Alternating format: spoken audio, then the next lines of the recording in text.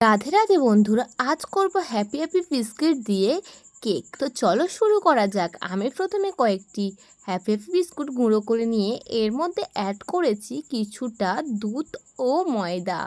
এগুলোকে ভালো করে মাখিয়ে নিতে হবে। তো আমার ব্যাটারটা কমপ্লিট। এরপর অ্যাড করেছি কিছু পরিমাণ চিনি, কাজু কিশমিশ ও ক্ষীর খেজুর।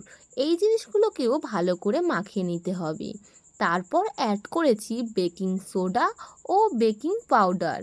এরপর এগুলোকেও ভালো করে মাখিয়ে নেওয়ার পর এর মধ্যে দিতে হবে ভ্যানিলা, যাতে কেকের গন্ধটা ভালো ছড়ায়।